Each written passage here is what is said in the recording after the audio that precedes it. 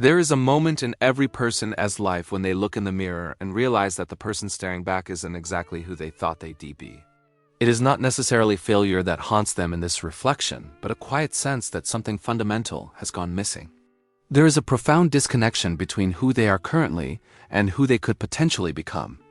That specific moment of awareness mixed with discomfort is where the psychology of self-transformation truly begins. We are conditioned to think of change as an event, or a sudden breakthrough, or a cinematic turning point. But in truth, transformation is a slow process of dismantling and rebuilding the mind. It is not just about doing different things, it is about perceiving the world through a completely different lens. This deep internal change does not happen overnight, but unfolds quietly through struggle and moments of intense introspection. Psychologists have long studied this phenomenon with Carl Jung, describing it as individuation or the integrating of fragmented parts into a whole. Abraham Maslow saw it as the path towards self-actualization, the gradual unfolding of a person's full potential. But beyond the theories, the truth is simple. Transformation begins when the pain of staying the same becomes greater than the fear of change. Most people never reach that threshold consciously because they go through life repeating the same emotional programs they learned in childhood. Their choices are guided by invisible scripts and beliefs formed by family and culture. They sound harmless, but they become the invisible architecture of a person's life. The psychology of transformation starts the moment we begin to question those walls rather than trying to tear them down immediately. Awareness is the first act of rebellion against a conditioned mind. Once you see the pattern, you can no longer be fully controlled by it. Researchers studying neuroplasticity have discovered that every time you consciously challenge an old belief, your brain literally begins to change its wiring. New neural connections form while old ones weaken, proving the brain is a living landscape that adapts to your thoughts. Transformation in scientific terms is neurobiological construction where you physically reshape your own mind. But here lies the paradox, because most people want transformation without the discomfort. They want the reward of a new life without the friction that makes it possible. Psychologically speaking, discomfort is not a sign that you are failing. It is a sign. It is the old self losing control and the ego resisting, because its entire job is to maintain stability. That is why growth feels like chaos. Your inner system is trying to hold on to familiarity, even when that familiarity is suffocating you. If you have ever tried to change a habit, you have likely felt this resistance. It is not laziness, it is a mechanism called homeostasis, which keeps your sense of self consistent. When you act in ways that do not align with who you believe you are, your mind experiences discomfort. The identity must shift before the behavior can sustain itself. If you see yourself as disorganized, you might clean your room once, but your brain will eventually find a way back to chaos. If you believe you are bad with money, you will unconsciously sabotage your savings to match that belief. But when you start to say, "I am the kind of person who takes care of my environment," the mind begins to align with a new image. Once the identity shifts, the behavior becomes natural instead of forced. Transformation is essentially an identity project disguised as self-improvement. Every meaningful change, from breaking addictions to healing relationships, begins with a redefinition of who you believe yourself to be. This is why practices like journaling and introspection work, because they make the unconscious visible. They help you observe the hidden beliefs shaping your life, and once something hidden becomes seen, it loses much of its power. However, the process is rarely linear and usually mirrors the hero's journey, where one must face inner trials. Transformation often includes a liminal phase, which is the uncertain space between who you were and who you are becoming. Without this uncomfortable space, there is no room for rebirth. During this phase, the brain's default mode network becomes more active, allowing you to rewrite your personal story. Every new story you tell about yourself, if repeated and emotionally charged, begins to embed itself neurologically. When people say you become what you believe, they are describing a measurable psychological process. Belief is a pattern of neural firing repeated enough times to feel true. But most transformation journeys fail because people try to use sheer willpower while holding on to old identities. They try to act confident while secretly believing they are insecure, and the subconscious rejects the performance. Transformation requires truth before effort. You cannot become someone new while lying to yourself about who you currently are. Radical honesty is the foundation of transformation, gently exposing the real state of your inner world. Admitting what you feel and what you have avoided breaks the defenses that keep you trapped. It is like cleaning a wound, which is painful at first, but absolutely necessary for healing. When you reach that level of honesty, you stop trying to change from a place of self-rejection and start evolving from self-understanding. Psychological transformation is not about fixing yourself, it is about integration.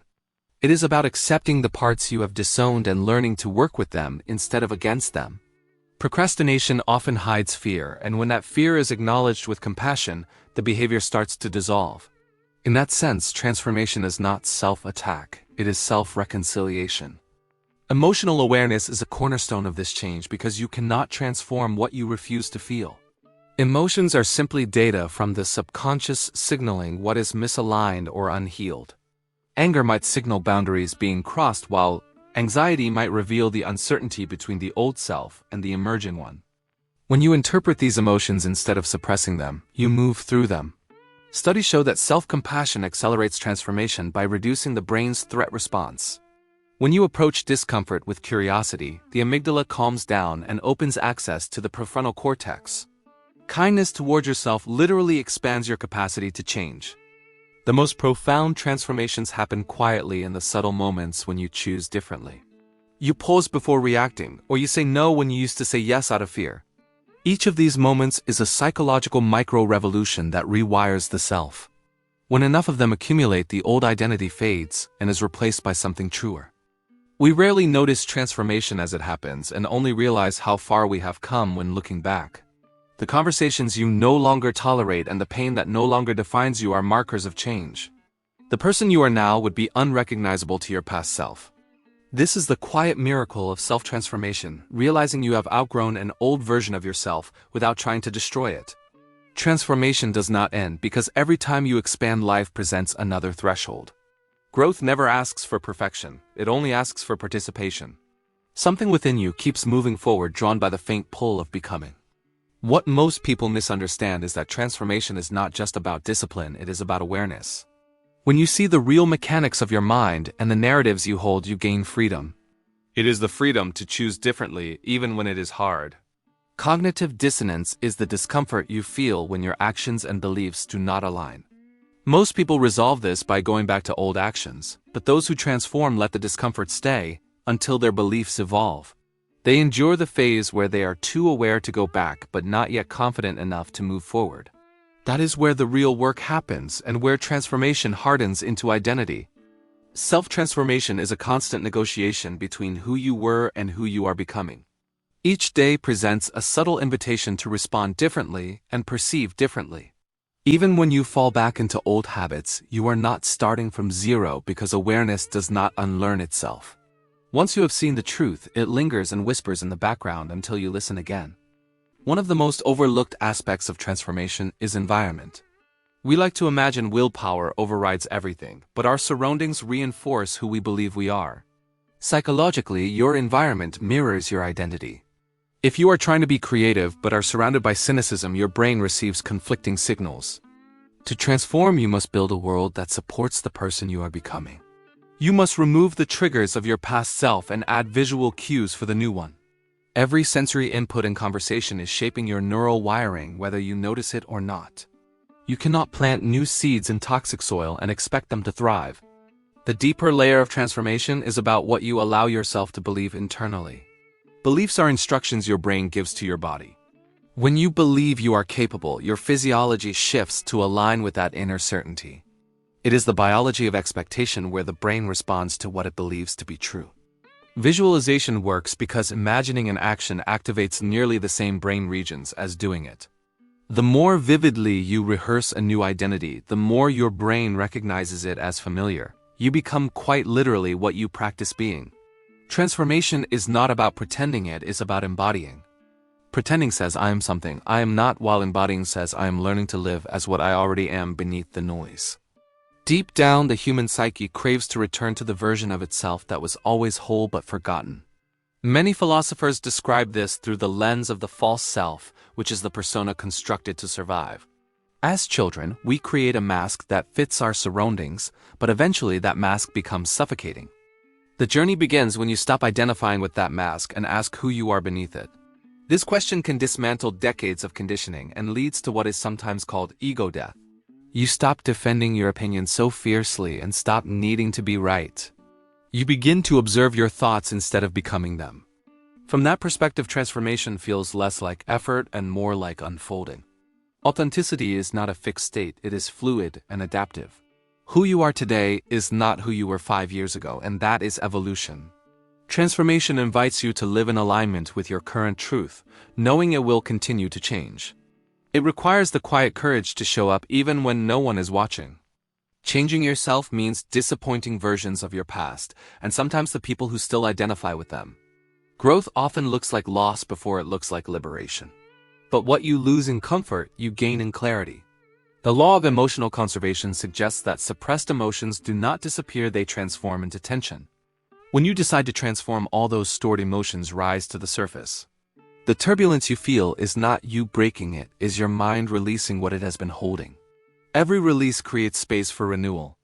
With each release, your relationship with time changes, and the future feels like something unfolding naturally from the present. This is a shift from striving to allowing. Ironically, the moment you stop chasing transformation is often the moment you embody it. Transformation is not always visible to others and sometimes looks like stillness or withdrawal. To the outside world, it might look like you are stuck, but internally your neural pathways are reorganizing. Growth does not always announce itself with noise. When the new self stabilizes, it feels familiar, like coming home. The constant inner conflict softens and triggers lose their power. You start responding with calm instead of defensiveness and move with a sense of groundedness. This is psychological maturity, which is not the absence of pain but the presence of perspective. Neuroscientifically, this is increased coherence between the emotional and rational centers of the brain. It is the integration of instinct and awareness where reactions become choices. You stop being driven by unconscious patterns and start living with conscious intent. Transformation is not a destination, it is a process of continuous adaptation. It is a spiral where you revisit the same lessons with more wisdom and less fear.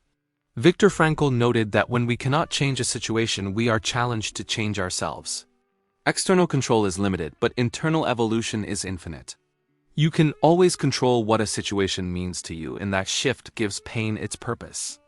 Confusion is not failure, it is the space between identities where the old structure dissolves. You do not have to have it all figured out, you just have to stay awake through the transition. Awareness is the bridge between what was and what will be. Eventually, transformation is no longer something you do, it becomes the way you live. You stop needing drastic change because your life becomes a state of continuous renewal. You learn without trying and heal without rushing. Transformation was never about becoming extraordinary, it was about realizing that being ordinary but conscious is enough. It is about aligning your internal world so deeply that your external world reflects it naturally. It is learning to walk through the unknown without needing guarantees. Life is a series of transformations, from innocence to experience and from self-protection to self-expression. Every ending you have survived was actually an initiation. Every heartbreak and failure was life's way of shaping you into someone capable of greater depth. The person you are becoming is the result of every choice you made to face yourself honestly. Transformation is a lifelong conversation between the person you have been and the person you are still becoming. It is not glamorous or easy, but it is real. And in the end, all that matters is to live a life that is true and aware enough to say, I didn't just exist, I evolved.